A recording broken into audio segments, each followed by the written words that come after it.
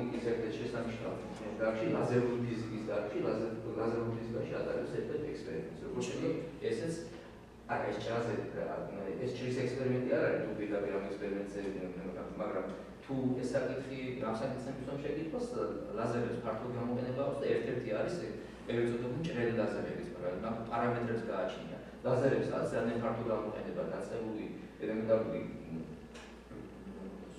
მარტივი ექსპერიმენტები და მაღალ რათმობის სამედიცინო სფეროშიც ეგრეთ წოდებული ჰოლოგრაფიაში ძალიან მნიშვნელოვანი დარგია ეს და ჰოლოგრამები გინახავთ ალბათ ყველას აი მაღალ ორიგინალ პროდუქტს რომ ჰოლოგრამიანი იარაღი აქვს მიკროფონი ხო იცით მრავალფერად რო ჭრიალებს ზუსტად ამ ლაზერულ ტექნოლოგიითაა ეს განსაზღვრებული მაგრამ ჩვენი საუბრის თემაში შეიძლება არა აი აქ მოყვანილია მაგალითად პროგრამული ჩარხი რომელიც მექანიკური ჩარხისგან საზღვაო რეალი და მხოლოდ ქსელში შეერთება საჭიროა. ხოლო ამით არ შემოისაზღვრება. ეს არის უდიდესი საკმაოდ რთული სამუშაო ჩარხი, რომელსაც მომუშავეს ძალიან დიდი კვალიფიკაცია მოეწყობა. აგერ წარმოგვიდგენია კავშირგაბმულობის განმარტების საშუალება ფიჩური კავშირგაბმულობა, რატომ მოყავს ახლა ეს მაგალითები რომ შემდეგ სლაიდებში რატომ მოყავს ახლა ეს მაგალითები? იმიტომ მოყავს რომ ელექტროენერგიის გარეშე თანამედროვე ცხოვრება აბსოლუტურად წარმოუდგენელია. ფაქტობრივად ახლა თუ მთელ ქვეყანაში ელექტროენერგია გაიგიშება, შეიძლება დავაყოთ რომ ადამიანის სიცოცხლესაც კი საფრთხე დაემუქრება. იმ ავბედი წლებში, როდესაც ელექტროენერგია დიდი შეფერხებით მოგვეწოდებოდა ჩვენ არ ვიცი თქვენ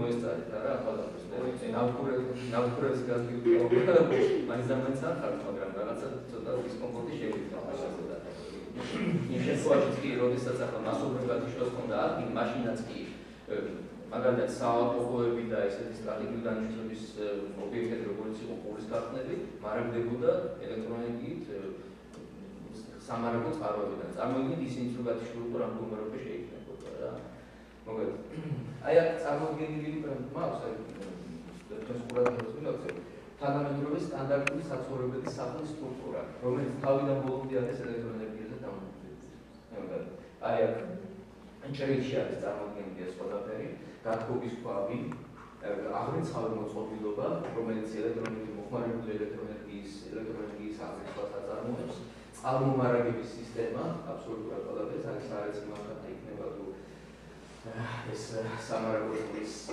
ავზი იქნება აგერ ერთოდებული თბილი იატაკია დამონტაჟებული რაზეც იყო ლაპარაკი აი საცხოვრებელ ფინაში აი გათბობის სისტემა კიდევ ზევის ხვენზე კიდევ ალტერნატიული გათბობის სისტემა ეს შეიძლება მოკლედ აქ ერთ-ერთი მნიშვნელოვანი სქემა მოყვანილი თუ როგორ არის საცხოვრებელი სახლი თანამედროვე მოთხოვნებს რაც შეესაბამება ახლა სამწუხაროდ საქართველოს ეკონომიკური მდგომარეობა და მოსახლეობის ცხოვრების დონე ჯერ კიდევ არ იძლევა მის საშუალებას და სამომავლოდ იმედი დავიდოთ რომ ასეთ სტანდარტებს მიუახლოვდება ჩვენი საცხოვრებელი ბიოლოგია.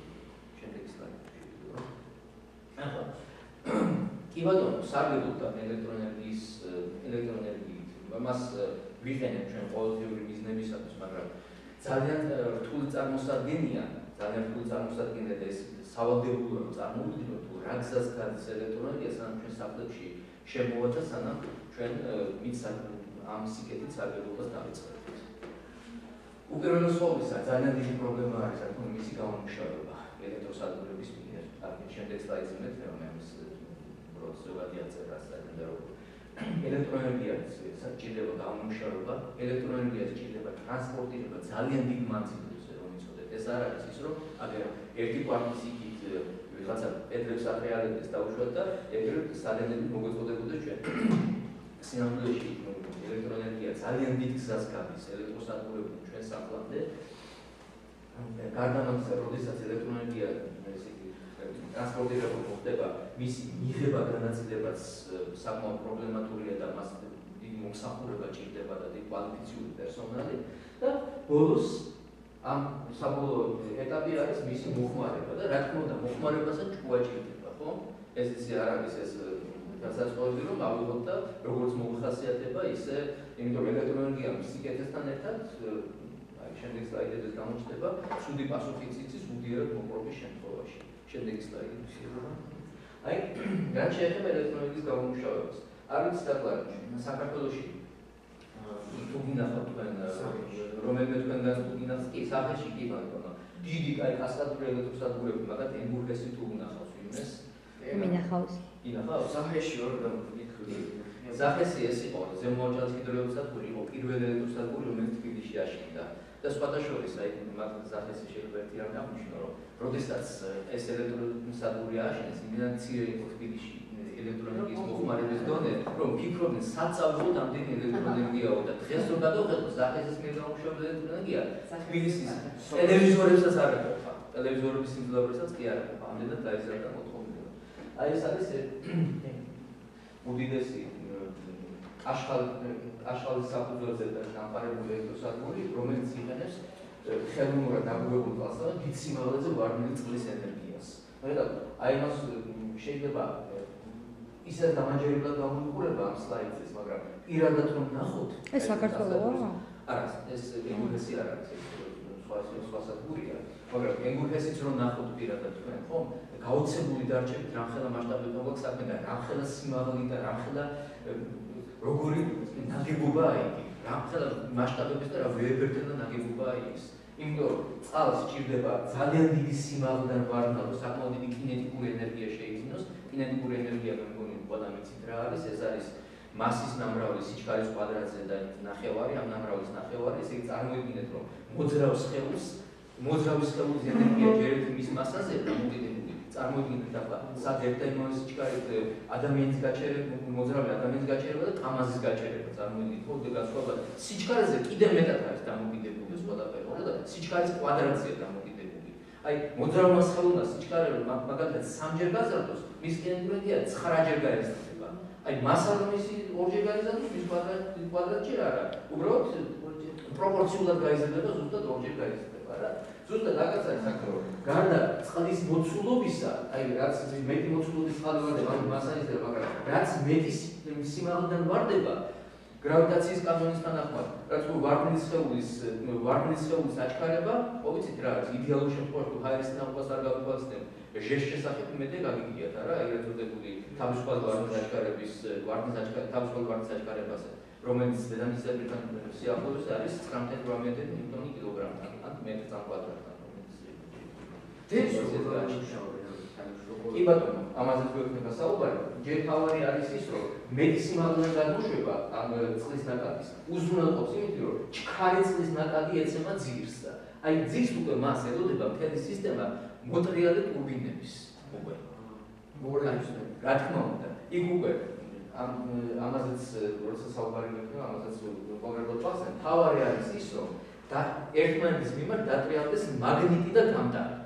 აი, როდესაც ელექტროენერგიის საფსახინჯო და არინახა დაუწყობთ მაგას, მაგრამ ერთი ორი სიტყვით გეტყვით, რომ ეს ყველაფერი დამყარებულია ძალიან მარტივ პრინციპზე, რომ როდესაც მაგნიტი და გამტარი ერთმანეთის მიმართ მოძრაობენ, ან მაგნიტი მოძრაობს გამტარის მიმართ და უკეთესი ეფექტი გქონდა დაახლოებით გამტარის მიმართ, ან თვითონ გამტარი მაგნიტის მიმართ, ან ორივე მოძრაობს ერთმანეთის მიმართ, მოძრაობის მომენტში წარმოქმნება დენი. აი ეს გაჩერდება თუ არა ეს სისტემა, დენი აღარ არის. აი ზუსტად ამ პრინციპზე დამყარებულია ეს, რომ აუცილებელია რომ მან აბრუნოს როტორის ფრთები, ის ამ შემთხვევაში ბრუნავს მაგნიტი, რომელიც ოდეთ და ხიერი გარშემოაქვს, ხო? ეს ბრუნავი დიდი უზარმაზარი მაგნიტი გაივლის ამ გზას, ამ ხვეულაში და ეს შედეგად ჩვენ მივიღებთ დასაზღვრულ პარამეტრებს კონკრეტულ დენს გამტარების ბოლოებზე, მაგრამ ამის შემდეგ მას რთული პროცესი უწევს, იმიტომ პარამეტრების სტანდარტთან მოყვანა საჭირო და მე არის ტრანსპორტირება ამისი აუცილებლობა. პრინციპი ეს არის, რომ ვარდნილმა წყალმა უნდა ამუშაოს მოტრიალე როტორი. აი ეს არის მოძრაობა უნდა შექმნას და დაატრიალოს. შემდეგი სლაიდი შეიძლება. ამის ალტერნატივა ახლა ჰიდროენერგია რა თქმა უნდა შესანიშნავია. მიუხედავად ამისა, მაგასაც აქვს თავის დადებითი უარყოფითი თავის უარყოფითი და დადებითი მხარეები. ყველგან მაგათ ახლა საქმის კურსში ხო ხართ ახლა როგორი ამბავია ატეხილი ხუდოფესთან შენებასთან დაკავშირებით, ხო? ახლა რაც შეეხება კაშხალის საფუძველზე კაშხალოვან ელექტროსადგურებს, ხო? ამას თავის დადებითი თავის უარყოფით მხარეების აქვს. პირველ ყოვლისა ეს არის ეკოსისტემის ცვლილების საფრთხე. რომ პირველი ერთ-ერთი მნიშვნელოვანი არგუმენტი ამის მოწინააღმდეგეა ეკოსისტემის შესაძლებელი ცვლილება. რომ შეიძლება ამან ნალექებიც მოჭრილობა გამოიწვიოს ახლა ამის დაბუბებამ რაც იყო აუცილებელია რომ წყალჯერ დაბუბდეს იმ დაბუბებაში რომ დასახლებულები დაფაროს რომ ფაქტობრივად ხელოვნურ ტბას აკეთება ზოგი ისეთი დიდია რომ საშუალო ზომის ზღვასაც კი შეიძლება შეადარო მაგალითად აი ამასთან ჩინეთში განხორციელდა ესეთი პროექტი რომ მილიონობით მოსახლის აყრა მოუწიათ იმისათვის რომ ესეთი კაშხალოვან კასკადური ელექტროსადგური აეშენებინათ. საქართველოს ახლა რა თქმა უნდა მილიონობით მოსახლე 3 მილიონი შეიძლება იყოს დარჩენილი საქართველოში მილიონობით არ მოხდება ყოველ შემთხვევაში ეკოსისტემის ცვლილება არასასურველი უარყოფდეს ამაზე ექსპერტების საკმაოდ დაძაბული მუშაობაა საჭირო. ყველა არგუმენტის აწონდაწონდა. დღეს არ არის ახლა ჩვენი საუბრის თემა ახლა ჰიდროენერგიის პლუს მინუსების განხილვა. საჭირო ამას შემდეგ ლექციაზე შევეხები. უბრალოდ მე იმას ვამბობ, რომ ჰიდროენერგია მნიშვნელოვანი წყაროა ადამიანის ელექტროენერგიის მომარაგების ისეთ ქვეყნებში, სადაც ამის რესურსი არსებობს.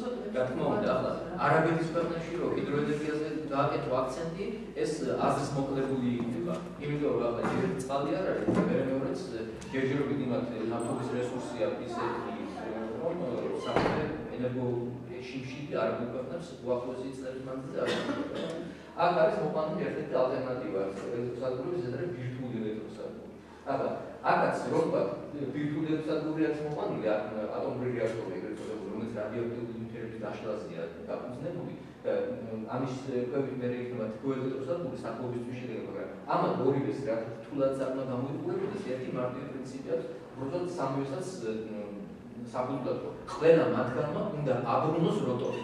აი ამ შემთხვევაში ვირტუალურ ელექტროსადგურში გამოყოფილი სიტყვა შედეგად წლის მძლავრი ორთქლის ნაკადი წარმოქმნა, რომელიც აგრეთვე განსხვავებით ჰიდროენერგიისგან, ხო? უკვე დიდი სიჩქარე გამოვადი ორთქლის ნაკადი აბრუნებს ამ ტურბინას. ორთქლის ნაკადი, რომელიც ხდება ამ რადიოაქტიური დაშლის შედეგად გამოყოფილი ენერგიის ხარჯზე.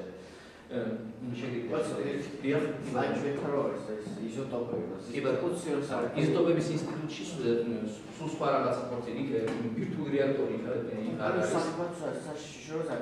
საშიშროებას ახლა იმ ფაზაზე თუ ახლა უდიდერად მოეპყრან, თუ ახლა პარამეტრები არ დაიცვეს, თუ ახლა იქ რაც ნივთიერებები აიღეს და მუჩაში გამოყარეს, მაგრამ ამდენი წელი არსებობს იზოტოპების ინსტიტუტი და ჯერჯერობით ახლა ჯერ მაშინ პროფილი უნდა იცოდე იზოტოპების ინსტიტუტში რა ხდება და რა ხდება. ეგ არ არის იქ რადიოაქტიური ნივთიერებებთან არ აქვს საქმე. იქ მზადდება ეგრეთ წოდებული ბორის სტაბილური იზოტოპი, ელემენტი ბორი თუ გაგიგებთ ახლა ქიმიაში. ეს მე გამოიყენება მე ვირტუალურ ენერგიაში, მე თვითონ რადიოაქტიული არ არის, ბორის სტაბილური იზოტოპი მზადდება იქ. არა რადიოაქტიული და მე ეს ამას ამის გაყიდვა ხდება ხოლმე და შესაბამისად სახელმწიფო ბიუჯეტში შედის ფულკო. ეს იყიდება თავის შემდგომ ქვეყნებში, მათ შორის თუ არ ვთქვი ამერიკის შეერთებული შტატებიც იყო, შემდგომი ამერიკის შეერთებული შტატებიც იყო თავის. საბჭოთა კავშირის დროს კიდე საბჭოთა კავშირის ვირტუალური ელექტროსადგურები და კვლევითი ცენტრები იყო. ასე რომ იქ რადიოაქტიურობას როგორც ასეთ საქმე არის. გარდა ამისა, აი ეს გრძელი შენობა რომელიც არის სარექტიფიკაციო სვეტი, სადაც ხდება სეპარაციის მეთოდით ამის მიღება რა. იქ ბუნავის სეპარატორია და იქ ნახდება ამის მიღება. რომ ახლა რადიოაქტიურ საფრთხეს ეს არ უკავშირდება. აი რადიოაქტიურ საფრთხეს გაჩერდეს ვადროსაც არაფერად. გაჩერდეს ყველას, აი რომ არ გაჩერდეს რამე დანადგარი, ესეთი რეჟიმი არ შეიძლება. გაჩერების რეჟიმიც აქვს აბსოლუტურად ყველა დანადგარს. არ შეიძლება ბოლო რემონტი სჭირდება რა. გაჩერებას თავისი რეჟიმი აქვს. კი, როგორ არა? აქ რომ ვირტუალური ობიექტი იყოს, იქ მოსახლეობას ახლომახლო არავინ არ გააჩერება. იმიტომ რომ აკრძალულია ამ ვირტუალური თვითონ პერსონალზე არ არის ლაპარაკი, ახლომახლო რაკოლის სტანდარტი დაცული იქ რომ ადამიანის არსებობა მუდმივი სიტუაცია იყოს. ეს ნიშანი არის რადიოაქტიურობას აღნიშნავს, ხო? კი, ეს ნიშანი აღნიშნავს რადიოაქტიურობას. სხვადასხვა ახლა ძალიან კარგი რომ ამ ნიშანზე მიაცილეთ ყურადღება, სადაც ვინცობა ახლა როგორც ვიცით ახლა საბჭოთა კავშირის არსებობის პერიოდში საქართველოში ბევრი სამხედრო ბაზა იყო, სადაც ბევრგან იყო რადიოაქტიური ნივთიერების ან რადიოაქტიური ნივთიერების შემცველი სხვა პრეპარატების საწყობი და ყოველ შემთხვევაში იცოდეთ აი სოფელში წავალ, დასახლებად წავალ, თუ სადმე ყუთს დაინახავთ, ამ რაღაცას თამაშის დროს ამოთხრით და ასეთი ნიშანი ექნება, არ მიეკავთ. ეგრევე პროცესს უთხარით და მე იმათ იციან როგორ მოექცევენ. აუცილებლად უნდა ეს კონტროლში აიყვანოს შესაბამისი ორგანოები, იმიტომ რომ იყო შემთხვევები, როდესაც ბავშვებმა თამაშის დროს იპოვეს ხოლმე კაფსულები, ხან შეიძლება ბალონი იყოს, ან გაჭირვებულმა მოსახლეობამ ჯართის მოგროვებას ვინც ეწეოდა ხოლმე, ასეთ სიმბოლოიანი კაფსულები იპოვა და თავის უწოდინრობით გახსნეს იქ და რადიოაქტიული ზიანი მიიღეს. რა თქმა უნდა, ბევრია. დასხივება სენატის რაიონშიც იყო ეს ჩამახული იყო.